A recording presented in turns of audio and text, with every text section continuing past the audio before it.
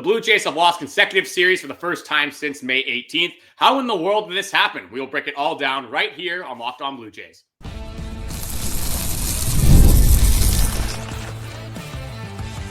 You are Locked On Blue Jays, your daily Toronto Blue Jays podcast.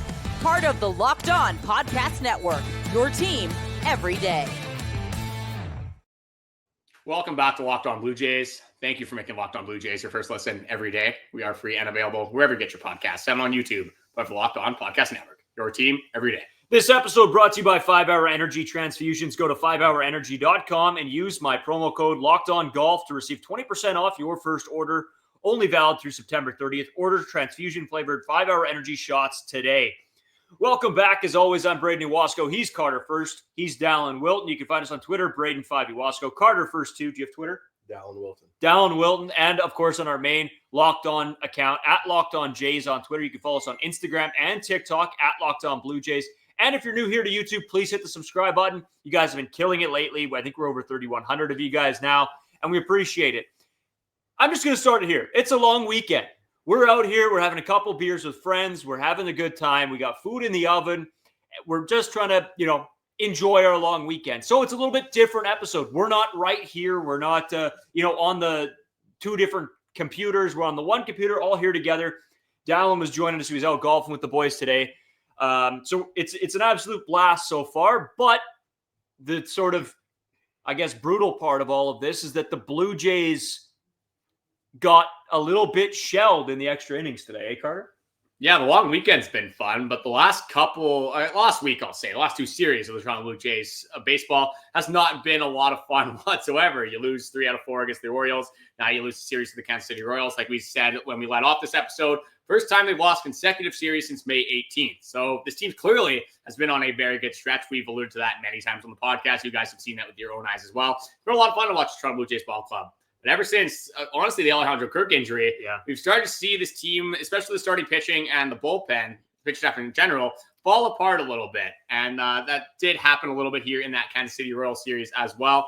But I guess I'll start this here, is that I've been on Twitter. Obviously, we're all over Twitter all the time, X, whatever you guys do call it.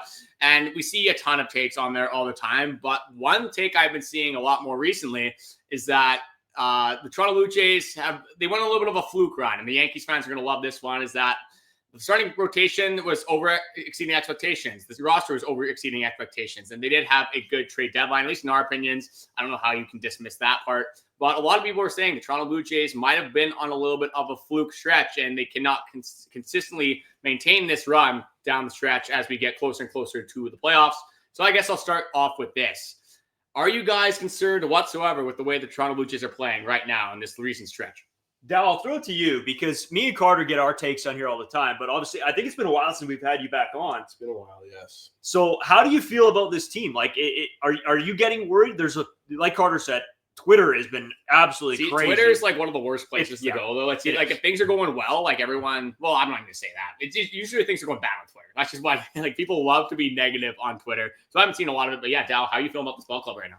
I mean, I don't think it's a cause for concern. I think every good ball club goes through a slump like this, especially when the Blue Jays started clicking. It was bound for them to start going downhill a bit. But, they've inserted a couple new faces in their lineup. It's going to take a bit for those guys to get, comfortable and accustomed to life in Toronto and stuff like that. They had a bad day today. Louis Varland, I think, gave up a run. And Sir Anthony Dominguez got touched up for sure. But I think as those guys settle in and everyone gets comfortable with this kind of new squad, I think they're going to get right back on track to where they were previously. Yeah, and I just want to go over quickly what happened this weekend. Jays, Royals, they lose the series. First game 9-3. Second game, they win 4-2. We're going to have to break down the whole Max Scherzer of it all. And then 7-4 in extras. They get touched up in that extra inning, like Dal said. So I guess where I stand in all this is, don't get me wrong, anytime this team goes on a losing stretch, I get a little bit worried because I'm not oblivious to what's going on here. You see the problem areas that could happen, right? This team, when they're buzzing on, and really making things happen, it is an entire lineup that comes alive. But then when it's not the entire lineup and you're trying to rely on two guys, it doesn't go your way. And that's a huge problem right now for this team. And I think that's where a lot of fans are getting worried that if this entire lineup isn't going well, then sort of nobody is.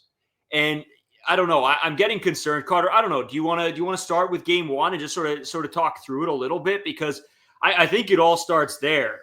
Really, I mean, you see Kevin Gausman go out there. You see how good his fastball is and looking. And you go away from that, and then he gets hurt on every other pitch he throws. If he would stick to the fastball down low, they weren't hitting anything down in the zone. And Kevin Gausman decides then to throw some splitters and some other things, and he's getting touched up on those pitches. And it's like, well, do what you've been having success with. If you're throwing the fastball, throw the fastball, because the guys weren't touching it. Like, they wasn't even close. So that was very frustrating. Kevin Gausman goes 6 innings, 6 hits, 5 runs, 5 earned, 5 Ks, and he gives up 2 home runs to bring his ERA back to close to 4, which he was doing such a good job as of late, trying to bring that ERA down, having really good outings. And again, I think he looked good in this one. Just maybe pitch selection was a little bit of a problem. I think some of the stuff was a little bit of an issue as well. Like, that splitter to Bobby Witt was one of the worst pitches I have literally ever seen. Usually when we see Kevin Gausman be effective, the fastball plays at 96, 97, and then you get that splitter that falls off the face of the earth, where in this game, especially that pitch specifically to Bobby Witt, easily the best player on the Kansas City Royals. That is not a debate whatsoever. The splitter looked like it was just like a 14-year-old throwing a fastball down the inside part of the plate. It was like an 82-mile-an-hour splitter, did not move whatsoever, kind of hung up a little bit, and Bobby Witt definitely did not miss that pitch. And a lot of this series, the way it kind of worked out is Bobby Witt's going to be that guy on the Royals. Traditionally, they have been good since the All-Star break offensively, but you look before the All-Star break, not a very good offensive team. It was really Bobby Witt kind of being the guy to be that centralized piece to carry a lot of this offensive production. And Bobby Witt, when you look at the Royals, maybe Salvador Perez, you can throw some other guys in there. Garcia is a very good utility guy as well, has been good offensively. But when you're looking at the Kansas City Royals, it's Bobby Witt that's going to kill you. Bobby Witt is going to be the guy that beats you. And he beat you in game one with a pitch that Kevin Gausman definitely wants back. And that's why you went out and you added a guy like Shane Bieber to give that starting rotation a little bit more upside, a guy that can start in a playoff scenario. But you need Kevin Gausman in the mix there as well. So we've seen a lot of inconsistency from Kevin Gausman. We've seen what he does still have in the tank, but we haven't seen that as much as I'd like to see it. So it's still some cause and concern for Kevin Gausman. But overall, yeah, when you get down early on in the baseball game, it's going to be tough to battle back no matter how good your offense is. Yeah, Dal, I guess overall, this whole bit of this game goes back to the starting pitching having success. And over the past, week or so, you've seen this starting rotation falter. And is that a big concern? Like, do you think Shane Bieber is enough that what they did at this deadline really pushes the envelope here? We didn't really get your opinion on the whole trade deadline as a whole, but. Well, it's an interesting situation for sure, because at the end of the day, it's who do you budge out of that 5-man rotation with? You have Bieber coming in. You have Eric Lauer, who's pitching like pretty well. You also have Manoah waiting in the wings. So there's going to be a spot where someone's got to move out of that. So it's interesting to see. But Bassitt had a bounce back game, I'd say, from his last outing. He only gave up 1 run today. So, these guys do pitch pretty bad in games, but then they follow it up after with a good game. I think I'd like to see a bit more consistency. I mean, it's tough when you're playing 162, but other teams have it, and I would like us to have it since we're, one of the best teams in baseball right now. I think that's what we need to succeed. And I think that's a big takeaway again, right? Like, the Yankees are falling apart, and I don't want that to be lost on anybody, because when you talk about the AL East, the Blue Jays are still number 1. The Red Sox do look good right now. I mean, they're fighting for the top spot in the AL East. They just surpassed the Yankees for second spot. And that's after really not a lot at the deadline. They got dusted in May, which was good, but they didn't really make a big splash. And now they've had a tough schedule, one of the hardest schedules after the All-Star break, and they've started really well. So maybe that's a team that we got to start looking at with a little bit more, just keep our eyes on them a little bit. Take it a little more seriously over there in Boston. Yeah, and you know what? We're going to talk about Game 2. We're going to talk about Game 3. But the big thing that I want to throw out there to all of you, so if you guys are listening, and I'm sorry if the audio is a little bit different today, we know it's because we're out. We're, not in our usual setup. It's going to be what it is. But what I wanted to say to you guys, and we want your opinions on this, is does the return of Daulton Varsho, Alejandro Kirk, who just returned, and George Springer make a huge difference to this lineup for you guys? I mean, obviously, I think we could all say that yes, but we're going to dive into that a little bit more here in the next segment too, because as you know, people have problems with this offense, not scoring enough runs. Well, your support is coming back. So I think we'll talk more about this in the second segment, but I think let's take a quick break. We'll come back. We'll talk all that. We'll talk game 2, game 3. And of course, we're going to tee up the next series for you guys. So give us 2 seconds and we'll be right back.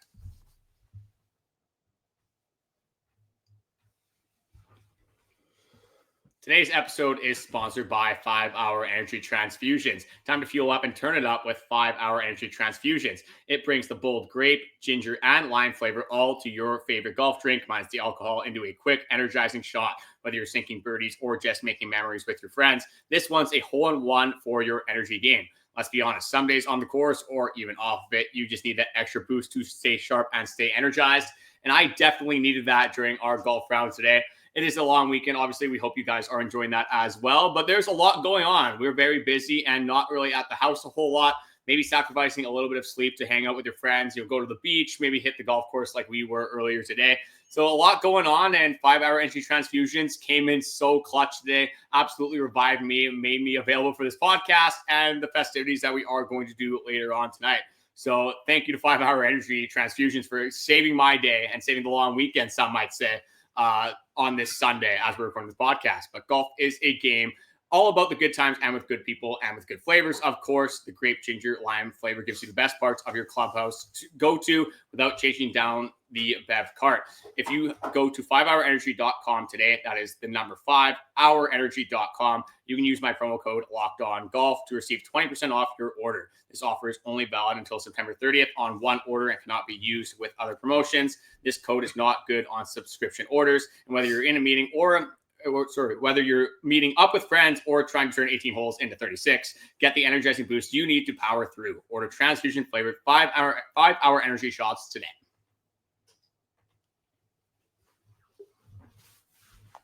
Can I just comment? That's my first time hearing that ad, and wow, that's a Bible you got to read. Oh, and especially like at the end too, is that they have a lot of things in there that usually it's just, here's our promo code, which is, we want you guys to use this 5-hour energy transfusion shots. Are really good. Again, saved my life. I think Brayden had one on the course today, first time in a little bit.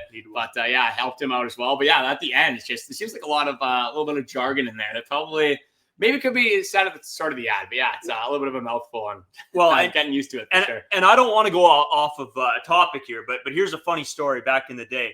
Dal, I'll remember this. The boys were out. We were at a high school ball tournament. Sorry, not golf, baseball tournament. And I was coaching that year. And I remember we were doing this actually I don't even know if I can say what it is, but we were doing this we were having fun. We were playing cards, whatever. And my one buddy, Brendan Honky, shout out Brendan Honky, kept bringing this up as like a fake ad for 5-Hour Energy. And sure enough, we get to now have 5-Hour Energy as one of our sponsors. Wow, how life takes a turn, doesn't it? Yeah, it kind of works out, hey? Hammering 5-hour energies in high school baseball and, hammering them now on the golf course. So, yeah, life changed a little bit, changes quickly, but some things hold true, I guess. And maybe that's a little bit of 5-hour energy and maybe our fandom for the Toronto Blue Jays as well. That's definitely not going anywhere. No, yeah, you guys need to try it. I mean, it really is good. It does the job. But, Dal, I guess I want to go back to my point that I made before we took the break, and that was the return of Alejandro Kirk and eventually George Springer and Daulton Varsho. Guys that Daulton Varsho's back, but these guys are now starting to come back into the lineup. How important are they for the success of this team moving forward? Obviously, no real big bad additions besides Ty France at the deadline. So are you expecting now for this offense to take a step forward? Well, I suspect them to continue doing what they've done all year. I mean, Kirk's been great. Ty France, I'm a bit skeptical about that acquisition, but I mean, it does give you a lefty bat. He's got a bit of pop. He can have a bit of pop, but Springer's hot and cold, but he's been miles better than what he was last year. So I'd like him to continue his hot streak. And then adding Varsho, he was very good early in the year. He's just got to stay healthy. I mean, clearly at the deadline, this Blue Jays staff believed what they have and what they can do, so they didn't want to make a major change. So I think just them staying course with what they've been good at all year and how they've been doing, I think that's going to find success for this ball club. And if they can keep hammering away, there you go. then that's good stuff. No, absolutely it would be. I think what we've seen over this last little bit, maybe this is a little bit overemphasized because of just the horrible pitching we've seen.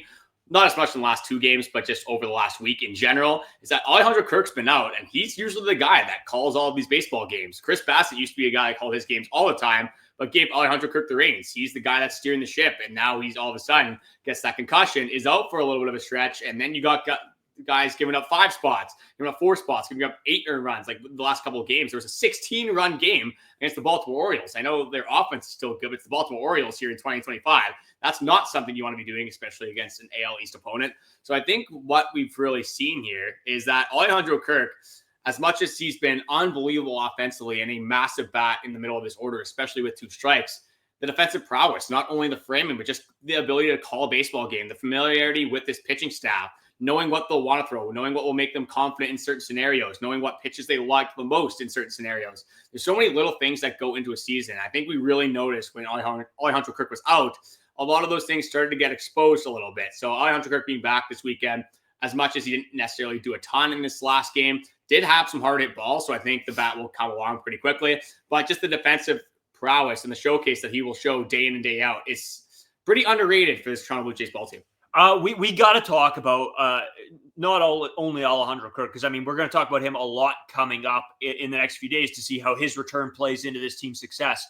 But another guy that has been consistently getting better since he's been back from injury, and that's Max Scherzer. Max Scherzer looks like Max Scherzer, and that is something I honestly, at one point in the season, didn't think we were ever going to be able to see. But this guy has been so good. In his last outing, that would have been the Saturday game, goes 6 innings, 5 hits, and 1 earned run with 5 Ks, and a guy that didn't look like he wanted to come out of that game. Like, you could see it in his eyes that Mad Max was back, right? He wanted to be on that mound striking guys out. Obviously, I think he accepted it because he knew the situation the Blue Jays were in and understands the game. So he was fired up. He was into it. And that's the Max Scherzer that this team needs moving forward throughout the rest of the season, because he is a guy with a lot of playoff experience. I mean, a lot of just experience in general at the old age that he is. But the importance of Max Scherzer right now, and I guess I'll throw this to Dal. Max Scherzer, the progression from, I don't know if he's actually ever going to pitch for the Blue Jays again, to, wow, what a turnaround. Yeah, I mean, it's like I commented probably earlier when I was on way at the start of the season. We didn't know what was going to happen with him given his old age. And like we called, he got hurt. He was out for a while, but he's a gamer. You know, he's, like you said, he's got a lot of experience. So especially, you know, the Blue Jays kind of force his hand with bringing in Shane Bieber. It's a bit of competition. So I'm sure he lives for that. And like you said, he was probably very fired up for that outing. It'll be interesting to see, like I commented earlier, what they do with the rotation, given all this competition now that's coming back. So let's hope he can keep performing. I wouldn't like to see another injury from him. I think he could be big for this team down the stretch. Well, and the biggest thing we've seen from Max Scherzer is there's a lot of doubt if Max Scherzer was just still a good pitcher. Could he give you quality starts? Could he give you outings where he's not going to absolutely blow up and just eat innings for your baseball team? And clearly at this point, we've seen Max Scherzer can hit 94, 95 miles an hour on the fastball. When that fastball plays, the secondaries play. All of his off-speed pitches play. If they're sitting on that fastball trying to catch up to it, it's going to be a harder time for opposing hitters if Max Scherzer can kind of live in that 94, 95 area opposed to like the 91, 92. And just Max Scherzer, you brought it up, how good he's been over the last couple starts. And I have some splits for him here. So throughout his first 4 starts, had 17 innings pitched, a 1.35 whip, an opponent OPS of 811, and then a K-9 rate of 8.47. Over the last 4 starts, definitely better for Max Scherzer. Only 11 earned runs given up over 24 innings, a whip of 8.83, an opponent OPS of 681, and then a K-9 of 10.5. So the stuff has been a whole lot better. You've started to see him get more comfortable. You don't hear as much about the thumb injury. I don't know if that's because he's kind of suppressing it a little bit, and maybe it's still a nagging issue. We've heard enough about it that he's just maybe done with a little bit of the excuses. Definitely something that does matter, though. I don't want to say that he's just kind of bringing it up as like a downfall of what he did, especially early on. But Max Scherzer is making it a tough scenario, especially down the stretch. Maybe not as much for the regular season. I think when Shane Bieber comes back, we kind of talked about it. The only thing that kind of makes sense is you have a 6-man rotation. I don't really see a way out of it. I don't know how you throw Eric Lauer or any of these guys in the bullpen. So definitely a tough scenario for down the stretch. But the playoff scenario is going to be the interesting part, because if you have Chris Bassitt performing up to par, Jose Berrios, Kevin Gausman, Eric Lauer, how are you not going to put that guy in a playoff series right now? If Max Scherzer can do what he's been doing recently, that's another arm into the mix. Very good problem to have, but who are you going to throw in these specific games? I think a lot of it will be matchup based and just how players perform down the stretch as well. Well, and Carter, I mean, we have so much success from these pitchers, but yet lately they have fallen off the face of the earth. I mean, this last week and a bit here that this team has gone through has been bad. The starting pitching has been bad. Chris Bassitt, you already seen him bounce back in Game 3, which we will talk about right away. But Max Scherzer was the one guy out of this rotation so far, and Eric Lauer, I guess you can throw Eric Lauer in there as well, that didn't overly blow up, right? That there wasn't an oh my God moment. And that's so massive for the not 1, 2, or 3 guys in your rotation, I guess you could say, to be unbelievable, to have those moments where they fall apart and to have success. That's huge. And I think just before we continue into Game 3, because that's where I want to take this. And obviously this episode heavily focuses on the starting pitching, because that's immediately where my mind goes, not only after the last series, but into this one, of how these guys can bounce back. We know what the offense can do, but it is a slow time. The offense right now struggling because 3 of your best hitters are out of the lineup, right? Or were. Now they're starting to get back in, but it's hard. You got to let them get time to readjust back into the lineup. And just before we do that, I did want to mention that Buck Martinez set to return to the broadcast against the Dodgers. So we are super thrilled about that. Having Buck back. I know there are some people that don't like Buck, whatever. If you're a real Blue Jays fan, you got to have a special place in your heart for Buck Martinez, don't you know? He's the poster child for the Jays. He's amazing. I know my grandma watches lots and she loves him, and his voice is so iconic. I don't know how you can't love him. So. Yeah, and just the calls are hilarious. I'll always remember the Kevin Biggio call from last season. The guy was, having a fun time maybe at the plate. Not exactly what you expect to see on the baseball diamond. I got a couple things that I want to throw in here. I don't know when I'm necessarily going to do them. I have to throw this in there, so I'm going to make sure we go over this. And it's about the trade deadline. When you look at the Toronto Blue Jays trade deadline, they get Sierra Dominguez. Bloss talked about that in the third segment with what he did in that third game. But Louis Barland, very good. Just looking at the New York Yankees, I had to throw this in there. Couldn't go through this podcast without it. Getting swept by the Miami Marlins by itself is pretty hilarious. I'm not going to lie. The Marlins are playing good baseball. I don't want to discount what they're doing. But if you're the New York Yankees, you can't get swept by the Miami Marlins. And the best part about this entire thing was the Friday baseball game, because that was one of the funnier things that I have seen up to this point this season. Because you look at the Yankees acquisitions, Jake Bird, David Bednar, and Camilo Doval. I'm just going to go over their stat lines from that first game of that series. So Jake Bird went a third of an inning, 3 hits, 4 earned runs, a walk, and a strikeout. David Bednar, a guy that I was very high on, wanted him to be in Toronto Blue Jay Blue. If you guys were listening to this podcast the last few weeks, we went an inning and 2/3, 4 hits, 2 earned runs, 2 Ks, and a walk. And then Doval, the guy that the Giants absolutely despise. As much as you might see the numbers popping up the page, I mean, you throw 101, 102, someone's going to want you at some point. But he goes the third of an inning, 3 hits, 3 earned runs, a walk, and a strikeout, a blown save.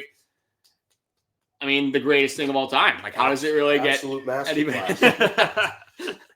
That is a great masterclass that you hope to see from the Yankees bullpen down the stretch, especially when the Toronto Blue Jays got to roll into Yankee Stadium. I think at some point in September is when they end up playing. Well, and don't get me wrong, throughout the entire AL East, you're always worried about the Yankees catching you or going on a hot streak, and they can't. Judge is out. That hurts this team's offense, without a doubt. But now we have to be a little bit concerned about the Boston Red Sox who've moved up, right? So the Blue Jays' job is never done. You can't be stagnant. You can't be expected to just roll through the rest of the season. This team has to put the foot on the gas if they want to avoid that wild card game. That's what it comes down to here. We've seen how much this team can struggle in a wild card game. Now, I think it would be massive for this team's not only mentality going into those games, but just the success they might have of avoiding that wild card down. What do you think? Do you think like that is that big, or am I reading too much into it based on the past couple of years? I would have to agree with you. I mean, we've said it a lot on this channel how competitive the AL East is. So like you said, they got to keep going, keep the foot on the gas. But I think it's been 2015 since the last time they made it, what was it, out of the second round, so-called? Yeah. So it's been a long time, and there's nothing. Because they won a playoff game, not even out of the second round. Exactly. A wild card. They haven't won a playoff game since 2016. It's depressing watching this team in October almost every year since then go nowhere. You want to be optimistic, but at some point it's just like, damn. Well, let's honestly, since 2016, what's the year you look at most fondly? The year that we had the most amount of fun for me is 2021. That team didn't even make the playoffs. Yeah. That's the team we're talking about. A lot of the time. Funny story about 2021. I believe at the time, me and you were working at a gas station in our hometown. Yeah. And it was the game that we were praying to God. I think the Blue Jays had to win and the Yankees had to lose. I think the Red Sox has to lose too, because the Mariners and Jays had to win, I believe. And so we're watching the game, middle of the shift, pumping gas. And the Jays end up getting the job done, but then we have to sit there and wait and watch for the fact that, oh no, it was a spoiled game. And what a fun year that was, following that team along. But for it to be cut short. So, Dal, you're 100% right. There's been not enough success here. So this team avoiding a wild card spot would be massive. But Carter and Dal, before we continue. I got one more thing after. Okay, I do want to hit on game 3. Just because before we hit the break. Or should we wait till after? I think we do it after the break. Sure. We'll try to skip over it pretty quickly because it's the extra inning that I really want to go over. Yeah. But the last thing I want to go over is a little bit of conspiracy theory roaming around the Toronto Blue Jays right now. And it's the concussions going on with this team. Alejandro Kirk, foul ball off the face mask. Yeah, George Springer just taking a fastball at the head. That's not his fault, obviously. It's not Alejandro Kirk's fault either. No. Tyler Heineman taking a foul ball off the face mask as well. Stayed in the game, but then had to run the base pass. So you could tell it was not going well. He did not feel good throwing his batting helmet around the dugout. So this is reported by Mitch Bannon. Tyler Heineman did not have any concussion symptoms, Schneider said, but they will see how he is. And that was on the Sunday game. Didn't get too many updates. Hopefully he doesn't seem like he's going to hit the IL whatsoever, but Alejandro Kirk being back is definitely massive for that. But the over-encompassing thing that I want to go into is that the Toronto Blue Jays need to look into their catching helmets. Maybe they need those little guardian caps that the NFL players got going on because they're just bashing each other's heads. Maybe they got a little, dive into the technology of these catching helmets and figure out a way to prevent some of these concussions, because we can't be having this, especially from the catcher position. Not only because Alejandro Kirk's obviously awesome back there, but maybe there is some correlation to what we've seen from the starting pitching not being as confident in their game call behind the plate. Oh, and that's a massive part of this. It completely comes down to trust. I mean, I talk about this all the time, and I bring this up. Dallon was my catcher back in high school. And again, not that it relates at all. It's MLB. But even the knowing that you trust the guy behind the plate, and Dal can attest to this, is massive. We had a second catcher through, growing up together. Yeah. And it was a different feeling when you were on the mound. Well, that guy couldn't catch a cold. Let's be honest. That's the issue. And trusting it that, okay, if I don't hold this guy perfectly in first base, do I have faith that Dow's going to throw him out at second? Or, hey, does Dow know the pitches I throw? Does he know where I like to throw it? And against certain types of hitters, how I like to throw it? And that was a huge component. So having Alejandro Kirk and Tyler Heineman not behind the plate, obviously that's not going to happen. Kirk is back now. But that is a massive part. So I don't know, Dal, you can speak on this, I guess, a little bit more as a catcher. But the trust between a pitcher and a catcher, how important is that? Yeah, it's very important. I mean, I was confident. Obviously, you had more than 5 pitchers in high school ball, but I'd say with our main, 4 or 5, whatever it was, I was very confident. I mean, you and Carter for sure. Carter was kind of easier because he would just throw fastballs, but calling the game with you, you had some off-speed stuff, and so that was always fun mixing it up. And we just knew what we wanted to do. We had the game plan, and it was great catching you for sure. I do miss that all the time. It was a lot of fun back there. Yeah, it was a good time. We're going to take a quick break. We'll come back. We'll talk game 3 and, of course, tee you guys up for the series upcoming. We'll be right back after this. Today's episode brought to you by FanDuel. You guys know how much I love FanDuel. I'm placing bets all the time because when baseball season's on, you can pretty much bank on a couple things to happen. Pitcher strikeouts. If it's Bichette, Vladimir Guerrero Jr. hits, I love it all. Summer sports in full swing, whether you're all about baseball under the lights, golf on the greens, or high-stakes soccer action, FanDuel is the best way to make every game even more exciting. you're already following the action. Why not make a little more thrilling? With FanDuel, you can get in on the game while your friends are getting sunburned at the beach, or if you're us, be on the golf course, betting, getting a little tan as well. It doesn't hurt to do both. New to FanDuel, new customers can bet just $5 and you'll get $150 in bonus bets if your first $5 bet wins. I set up Dallon on this action on FanDuel. He got his $150 as he bet on the Jays to win one day with a $5 bet. It couldn't have gone better. Make sure you guys get this offer as well. $150 in bonus bets is massive. That is free money into your account. Open the FanDuel app today or visit FanDuel.com to get started.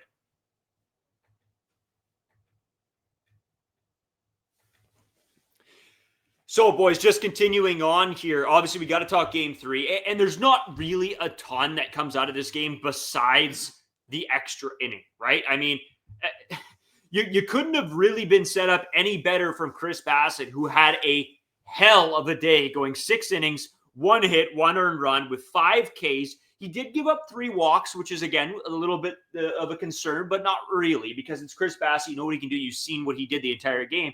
And if he can manage the walks with the strikeouts to the hits, this guy has a great outing. And Chris Bassitt, that's exactly what he gave you. I guess, Dal, Chris Bassitt as a whole, before we really get into the meat and potatoes, which obviously is the extra inning.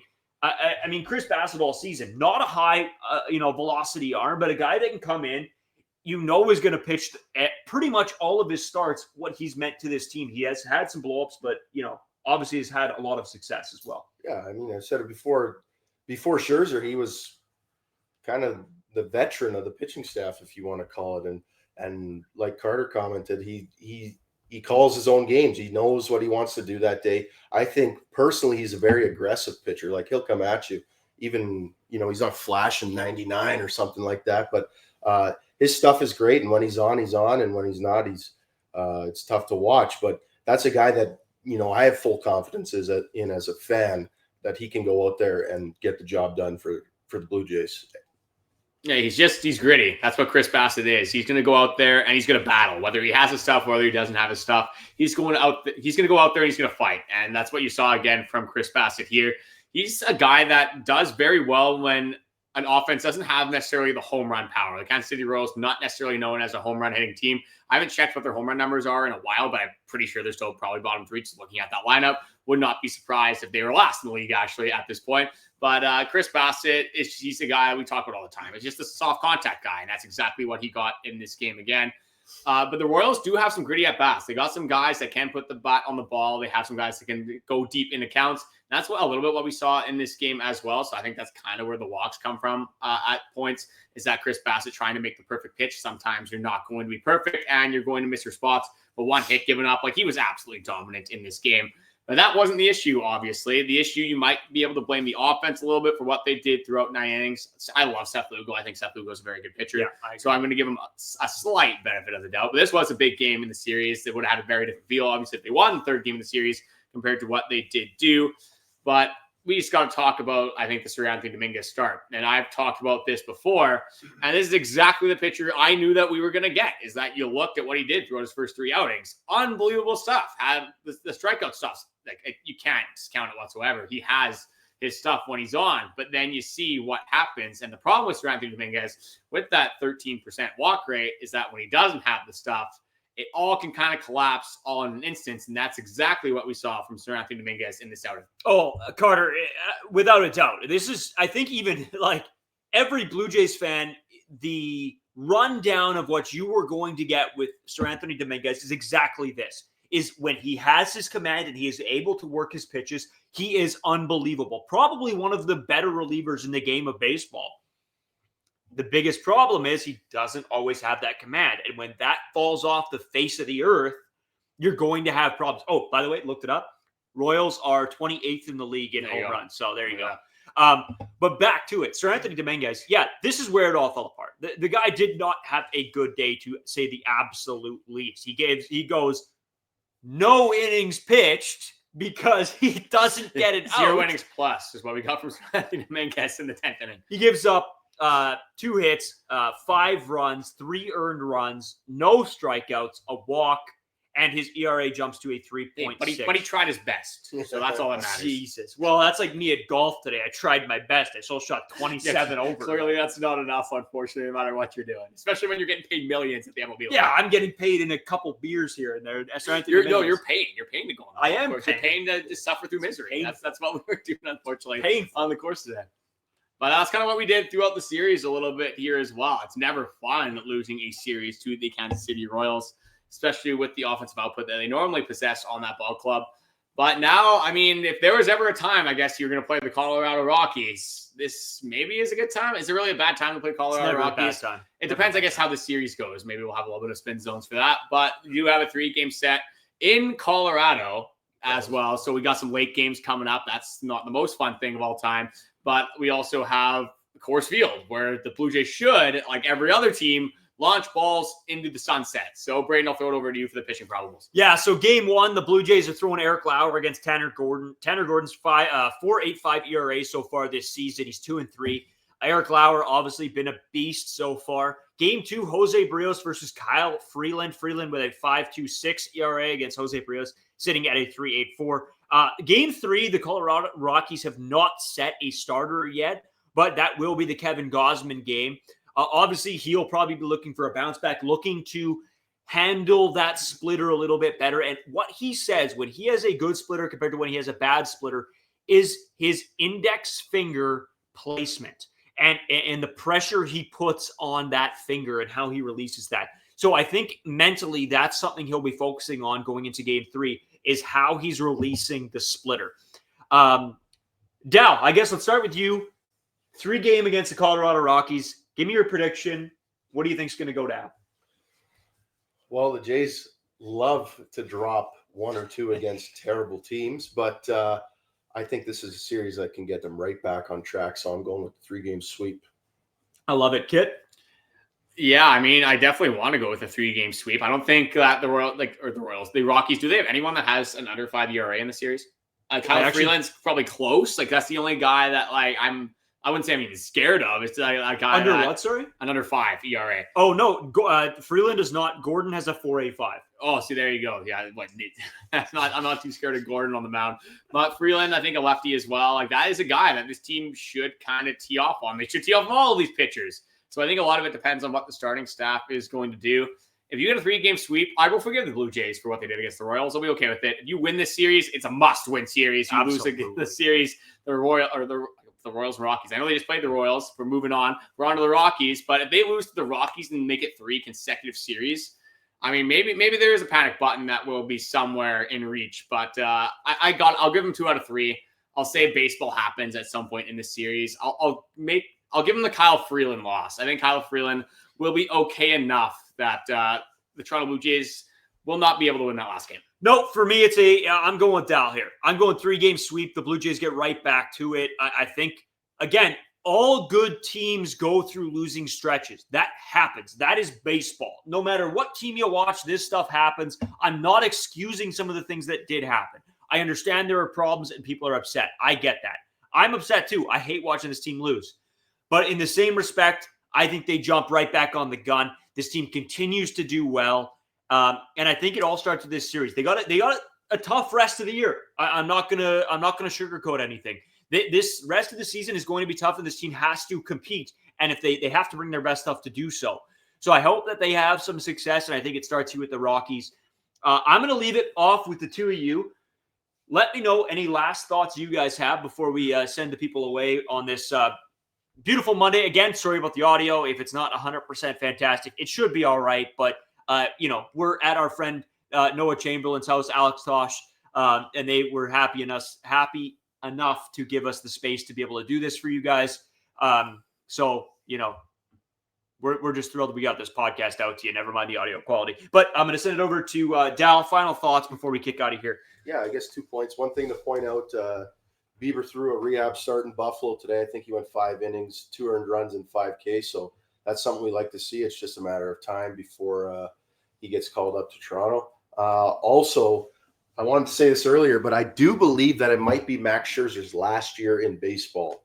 So he might be pitching with a bit of I agree. Bit of gusto. So it'll be interesting to see how he finishes this year off.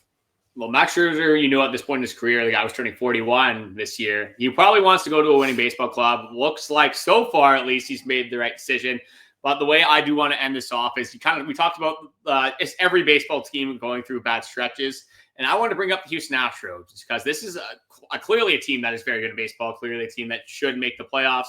You have to go catastrophically wrong if they weren't going to make the playoffs. But in the last 10 games, they've lost a 4-game series to Sacramento Athletics. Then they did beat the Washington Nationals in a series. Congratulations, I guess. I'm not going to take too much from that. And then they just got swept by the Red Sox. That makes them 2-8 in their last 10 games.